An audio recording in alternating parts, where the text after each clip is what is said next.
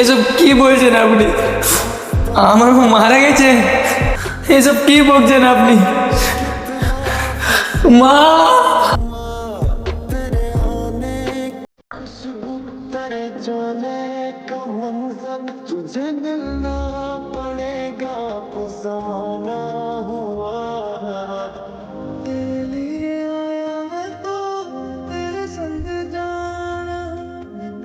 এই নিন আপনার 1,00,000 টাকা। কি ব্যাপার রে, তুই এখনো কাঁদছিস? আবার 1,00,000 টাকা ঘুরিয়ে দিচ্ছিস? আপনার টাকা আমার কাজে লাগেনি, কারণ আমার মা মারা গেছে। কি বললি? তোর মা মারা গেছে? হ্যাঁ, আমার মা মারা গেছে। আমার মায়ের অপারেশন জন্য 6 লক্ষ টাকা লাগতো। 4 লক্ষ টাকা জোগাড় করেছিলাম আর ভেবেছিলাম যে আপনার কাছ থেকে 2 লক্ষ টাকা নিব। 2 লক্ষ টাকা তো দিলেনই না, আবার 3-4 ঘন্টা বসে রেখে মাত্র 1 লক্ষ টাকা দিলেন। তাই নিয়ে যেতে দেরি হয়ে গেল আর আমার মা মারা গেল।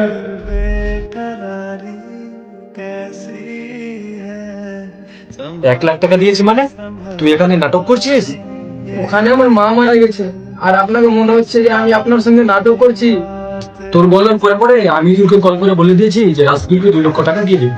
আবার তুই কি বলছিস 1,00,000 টাকা দিয়েছি, তাও আবার 3-4 ঘন্টা বসিয়ে রেখে? আপনি এসব কি বলছেন?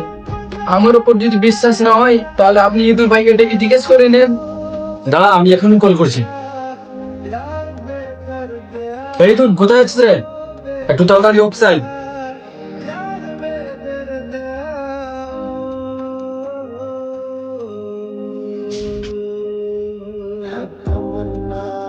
কি ব্যাপার দাদা, এত এমার্জেন্সি লাগলে যে? এই যে ছেলেটা আছে, ওর মা মারা গেছে।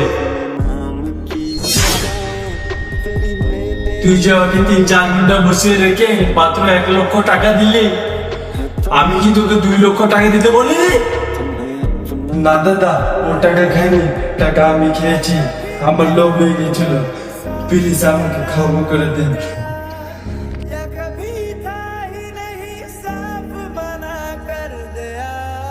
তোর এই লোভের জন্য আজকে এই ছেলেটার মা মারা গেছে, তুই ওর মাকে ফিরিয়ে আনতে পারবি? পারবি না। তুই একটা খুনি, তুই একটা খুনি। তোর এই খুনের বিচার এই দুনিয়াতে না হলেও ওই দুনিয়াতে অবশ্যই হবে। ছেড়ে দিন ভাই, আসলে যার কপাল খারাপ থাকে তার কিছু করার নাই।